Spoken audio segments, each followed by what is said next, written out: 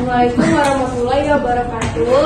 Waalaikumsalam warahmatullahi wabarakatuh. Selamat pagi semuanya. Pagi, Bu.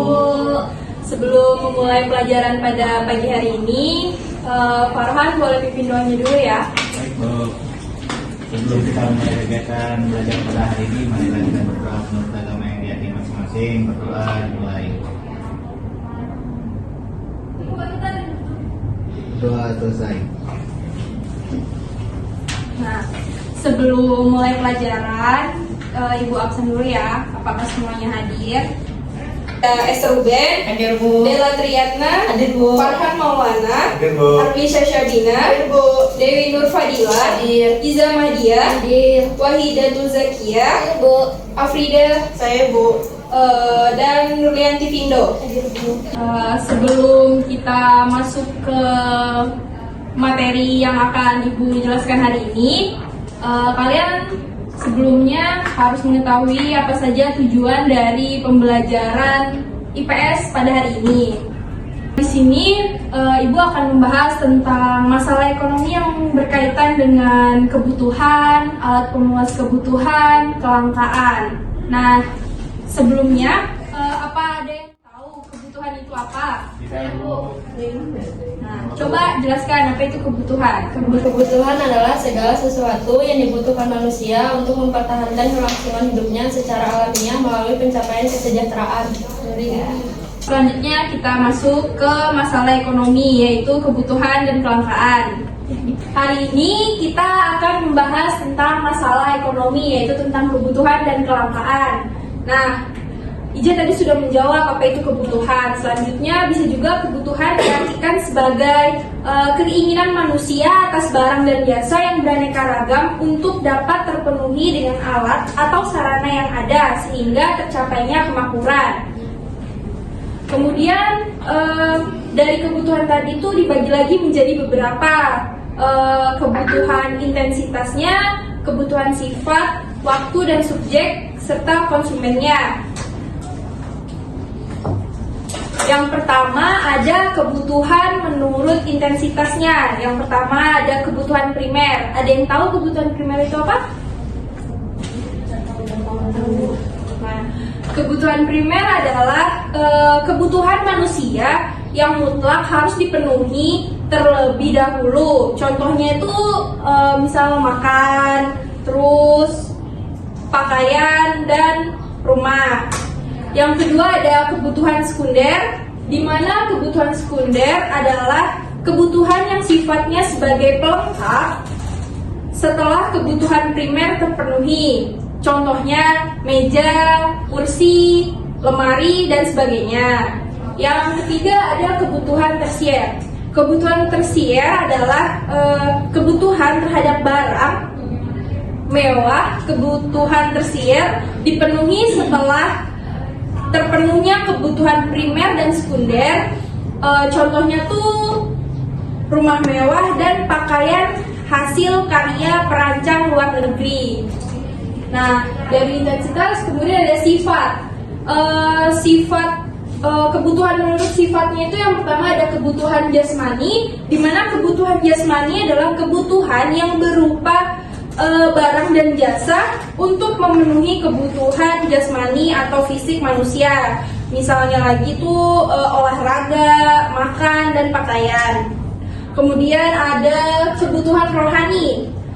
Kebutuhan rohani adalah kebutuhan manusia yang bersifat kejiwaan atau rohani. Misalnya hiburan, agama, pendidikan, rekreasi, keindahan, kenyamanan, dan keamanan.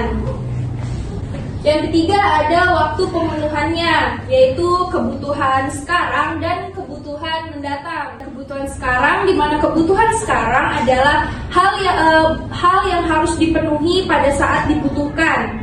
Contohnya tuh seperti buku dan alat tulis bagi siswa. Yang kedua ada kebutuhan mendatang. Kebutuhan mendatang adalah kebutuhan yang pemenuhannya dapat ditangguhkan, tetapi sekalipun demikian perlu dipersiapkan dari sekarang. Misalnya tabungan dan payung sebelum musim penghujan. Kemudian yang keempat ada subjek atau konsumennya. Yang pertama ada kebutuhan perseorangan atau individu, yaitu kebutuhan yang langsung berhubungan dengan pribadi manusia. Contohnya tuh kayak kacamata bagi orang yang membutuhkan kacamata, terus tuh kayak alat pertanian bagi petani, selanjutnya buku pelajar bagi pelajar. Nah, yang kedua ada kebutuhan masyarakat, di mana kebutuhan masyarakat ini kebutuhan untuk umum atau masyarakat yang mempunyai kepentingan, misalnya tuh jalan, jembatan, sekolah, pasar, waduk, dan bendungan. Nah, selanjutnya ada alat pemuas kebutuhan. Nah, agar kebutuhannya itu terpenuhi, kita harus mempunyai alat pemuas kebutuhannya.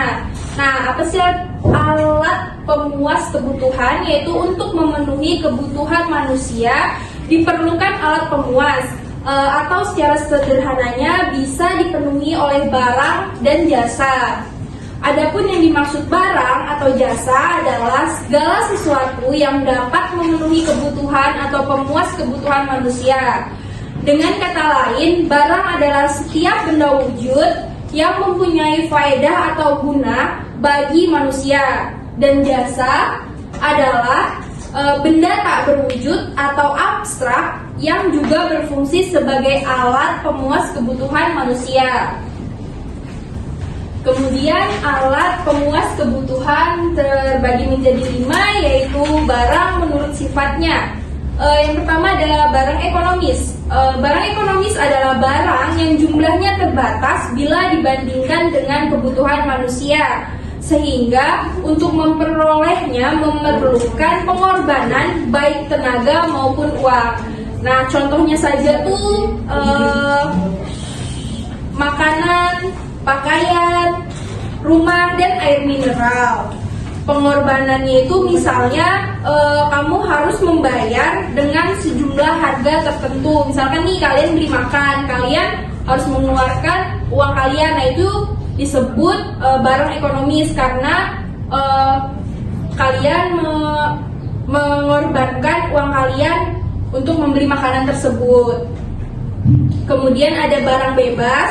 Barang bebas adalah barang yang tersedia tidak terbatas jumlahnya, sehingga untuk memperolehnya tanpa mengeluarkan pengorbanan, misalnya air, udara, sinar matahari, angin, dan hujan yang dapat kamu peroleh tanpa melakukan pengorbanan. Kemudian ada barang menurut fungsinya. Yang pertama adalah barang konsumsi, adalah barang yang langsung dapat memenuhi kebutuhan atau barang jadi.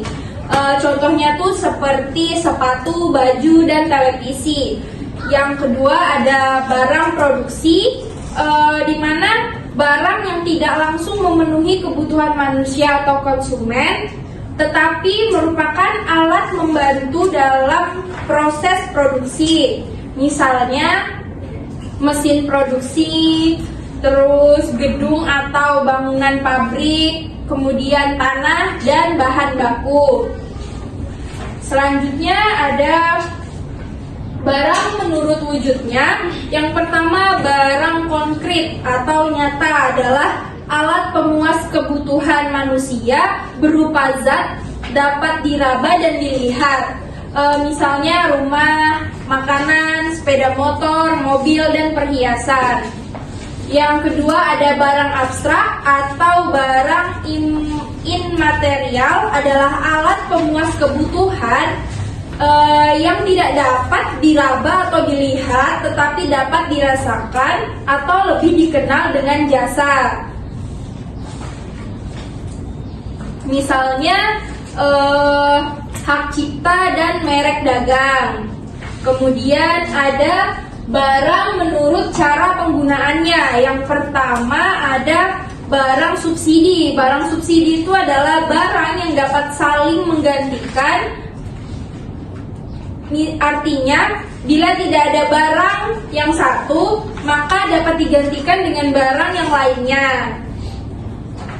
Misalnya, baju dengan kaos, teh dengan kopi, mobil dengan sepeda motor, dan kompor dengan tungku.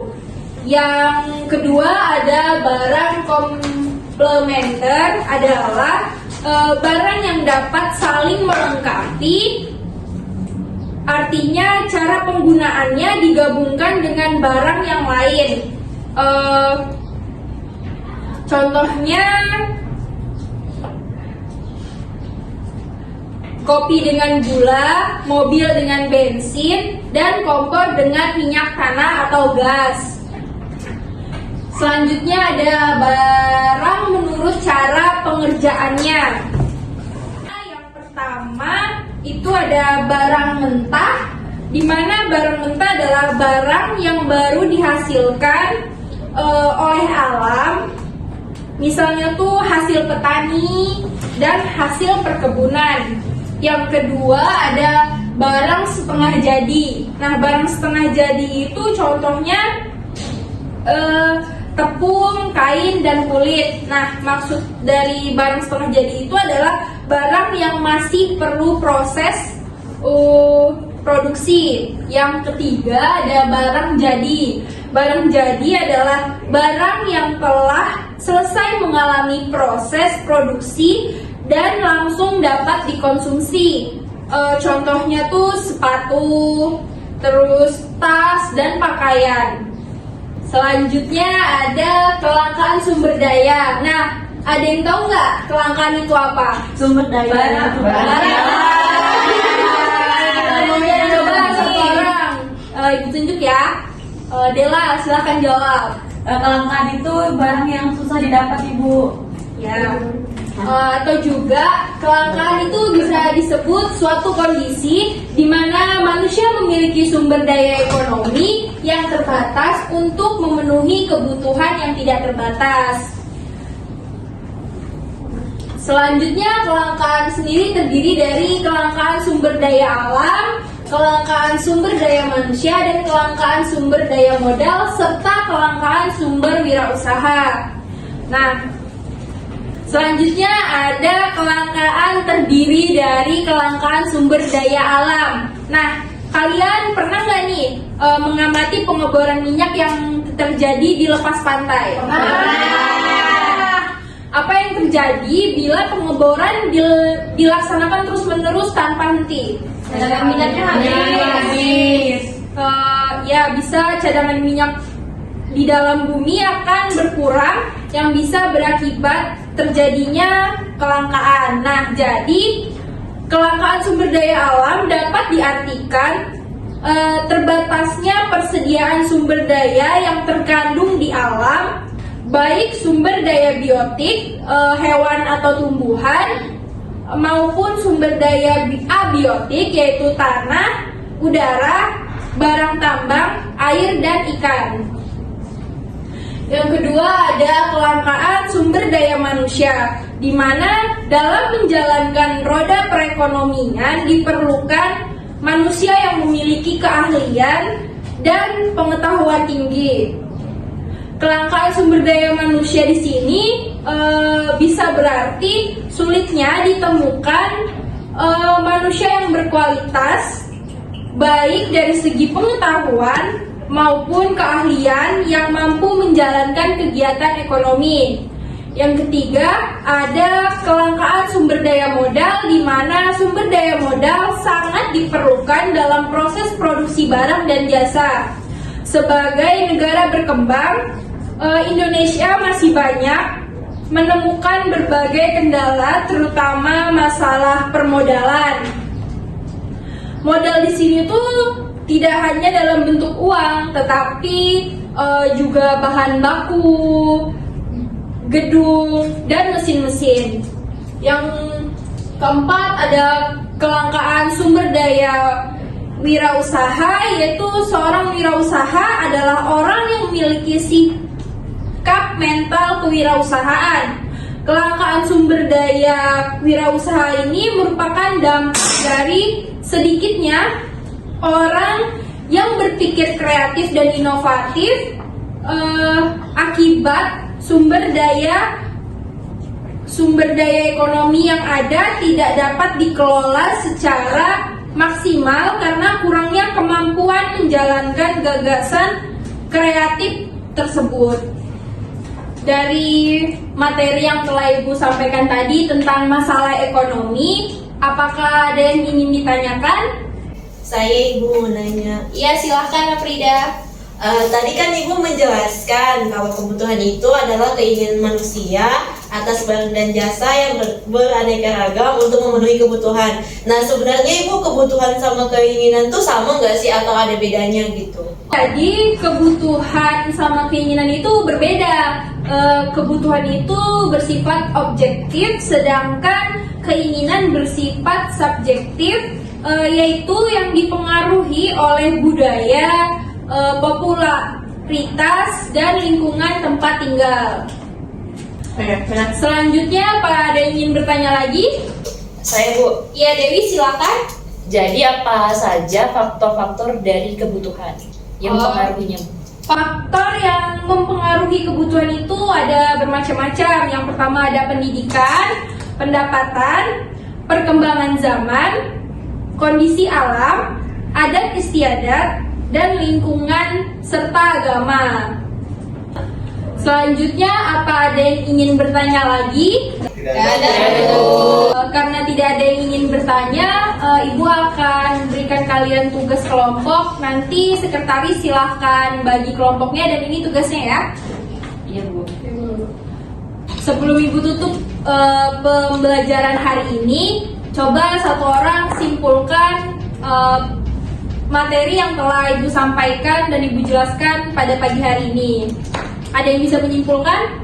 Saya Bu. Ya, Jadi kebutuhan itu memang sesuatu yang kita butuhkan. Seperti Ibu tadi jelaskan, ada primer, sekunder, tersier, dan yang harus diutamakan itu adalah kebutuhan primer.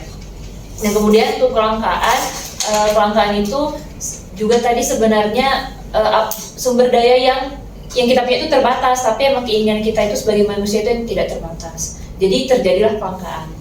Ya, benar sekali Dewi. Nah, jadi setelah Dewi simpulkan tadi, jadi Ibu harap kalian semua dapat memahami materi yang telah Ibu jelaskan pada pagi hari ini. Sekian pembelajaran pada pagi hari ini. Kurang lebihnya Ibu mohon maaf. Wassalamualaikum warahmatullahi wabarakatuh. Waalaikumsalam.